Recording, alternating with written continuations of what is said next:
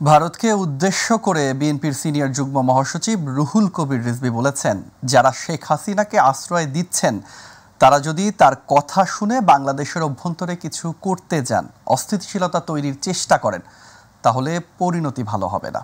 সকালে রাজশাহীর ভুবনমোহন পার্কে আমরা বিএনপি পরিবার শহীদ পরিবারের সাথে সাক্ষাৎ সমাবেশে তিনি একথা বলেন। এ সময় তিনি শেখ হাসিনার হাজার হাজার টাকা লোপাটের চিত্র তুলে ধরে বলেন, ঘনিষ্ঠজনদের দিয়ে শেখ হাসিনা কালো টাকা আয়ের সুযোগ করে দিয়েছেন বিদেশে সেই টাকা রেখে আসার জন্য। বিপদে পড়লে যেন তিনি নিতে পারেন। যারা তার পক্ষে ছিল তাদের তিনি অবাধে লুটপাটের সুযোগ করে দিয়েছেন।